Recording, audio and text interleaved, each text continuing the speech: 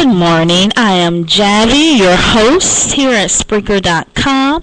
You're tuned on at the Encourages show. Excuse me, I have read of a cold this morning.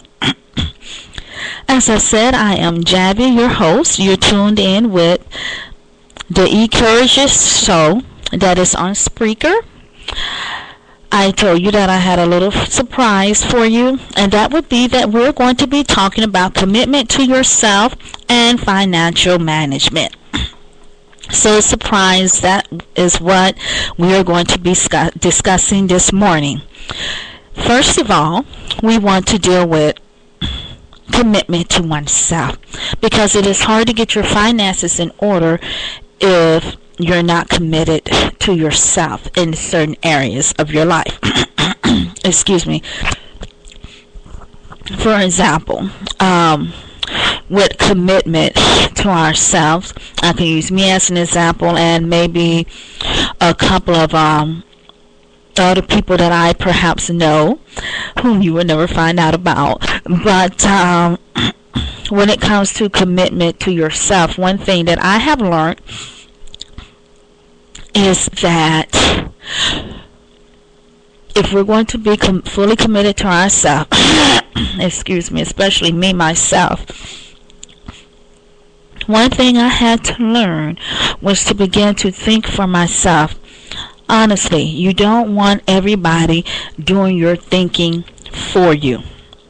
You want to be able to think for yourself. It's good to have people as a guide and to have people help you and even encourage you if you so need it. But really, what good is it to be in your own body and to have everybody doing their thinking for you? You were created for a purpose, weren't you? You were created as a person and sent here to do something very extraordinary, very important. And sometimes I think that we don't walk in our greatness and apply greatness simply because we allow other people to do all our thinking for us.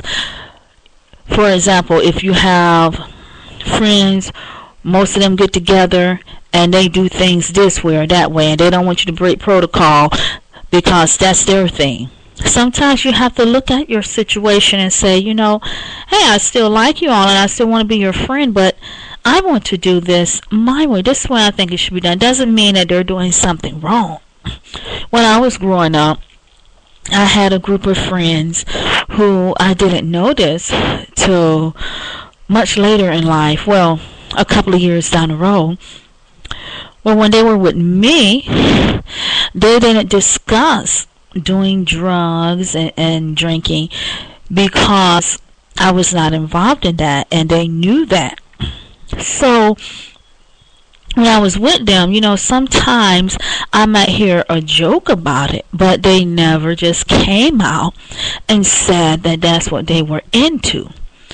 And I really respect them for that, because they could have said, hey, if you don't be in, this is what's going to happen. But eventually, a couple of years later down the road, that did happen. But for the first 2 years that I did not know, I was just honored looking back, seeing that they respected me like that, to know that I was not going to be swayed by anyone. I always had it in me, and it could have something to do with my background, because a lot of times when people come from an abusive background, either they're swayed easily to follow other people, or the second thing comes involved, they just don't do what everybody else do, and sometimes they'll tell you. And I was one of those second people, where I just didn't go with the flow because I just wanted to be myself. I was trying to seek out who I was and what I wanted to be. And so, anyway, what happened was, eventually they gave me an ultimatum. Look, this is what we're doing. We're drinking this malt, I think it was cold or malt, and we're doing this here marijuana every now and then, and you can do it with us or you don't. Either you are or you're out. And at first I thought, well, it might be cool to do it with the friends. And then I got to thinking, because my stepfather had drilled this into me, he would talk to me about things like this since I was a little girl. So when I was like 13, 14, 15 years old, he would talk to me about it so much that I automatically knew, no, I don't want my brain cells killed. Because like he said, you never know what's going to happen in life, and sometimes life happens and come at you so fast, you might need those brain cells for something. You already got to maybe have a harder life because of what I'm having to go through and cope with, which was a lot of stress due from a lot of abuse and not dealing with it. So what I did was, I said no.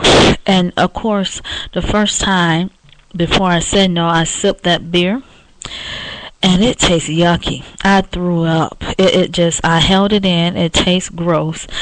And I just let it sit in my hand, and my friend, that was one of my best friends, saw me sitting there. And she said, "You're not drinking." And I said, "I know, but I don't like." She had put down 2 and 3. And I thought, wow. And so they had told me, since you're not in, you're not going to go places with us no more. And I thought it was cool. They were going over the river to see these movies, to drive, to have fun, to be out in the park. But there was marijuana and beer involved, and I just liked the idea of driving. Especially when one of the guys that was like a senior and I'm in the 8th grade, they're driving really fast. I thought it was cool. So I wind up not being friends with them. And it hurt. I cried. But I decided, for some reason, I didn't fully understood what my stepfather was saying. But I believed in what he said so much that because of him, I stayed committed to what his word said. Now, as I gotten older, I learned not only to stay committed because of what he said, but I can stay committed because of the choices I want to make in life. And that's very important. You have to choose what you want to do and who you're going to choose to allow you to, who's going to be your friends. Because as we grow and mature mentally and emotionally, we tend to, people who used to be our friends aren't going to be them anymore because we're not into what they're into. And then sometimes people might just think that you're not a very cool person. Sometimes they can look at where you live at or what they think you're about, and they have no idea what you're about, or maybe something you did, and they think that you're not their good friend, that you won't be a friend. And usually, if you think about it, God works in such mysterious ways. It's those very people sometimes that look like or did something maybe that we didn't like but got in their life straightened out now, that could become one of our good friends in our life. Because God's thinking is not our thinking, but with our thinking, we think it's not so. How many times have we lost a friendship that we could have had because of that, or didn't start one because of that, because we were so concerned about what everybody else thought or said? So you want to be committed to yourself. When I started this organization, at the time I lived in the housing projects, and did you know when I had my first set of ink pens made and I paid for it, do you know that people actually laughed at me? Some of the people were telling me, you need to live in a different neighborhood and you're trying to start a nonprofit organization talking about encouraging somebody. What's wrong with you? And they said they won't laugh, ha ha ha, and they were laughing. But I knew that is what was in my heart, and that I wanted to help change people's life, whether I was well known or not, whether I lived in the housing projects or not. It gives me much pleasure to enjoy talking with people, learning from other people, and encouraging people. It gives me great pleasure and great joy, and to have my children involved in it. And I'm much happier because of it. And I am glad that I did not listen to those people, because sometimes we could just write people off based on where they live or what we think they're going to be. Maybe they're somewhere really down for like 2 years straight, and we just write them off and say, oh, they're never going to be nothing. And sometimes, years later we look up and they're doing better than we were. And that is probably because they stay committed in their heart with raising their children. Did you know that there were people telling me when I was living in the housing projects that my children would be like everybody else? But I knew in my heart, if I did what God told me to do, by trying to train my children, because the Bible said we're supposed to train. I just can't have them and not train them. As I trained them and I tried to teach them what was embedded in my heart about respect and showing them some love and kindness. And every time I get my paycheck, just writing it, paying what I needed to pay, and then taking them places and signing up for museums and different things like that. That is something that not much people get to see in the housing projects. And I knew then that was instilling gifts in them that was much better than words could match. And so you have to stay committed. And not only that, you want to stay committed to yourself. And I just learned to ignore what other people were saying. I just learned to ignore it and follow my heart and follow my dream. But also I had to be in reality as well. So if you have children, to not just have children, but to train your children. And this is something I had to do. I'm not saying that's what you're doing. I'm talking from my situation. If you learn to train your children, and you learn to train your thought life, your mindset is very important, and know that it's okay when you make mistakes. It's okay when you choose to make bad choices. I'm not saying make a bad choice, but if you have done it and it's over with, you don't want to keep repeating the same pattern of mistakes and bad choices and sin if it's not helping you. You want to look at, why do I keep doing this? Because obviously I need to stop this. I want to help myself grow and develop to become not only a better person for myself, but a better parent.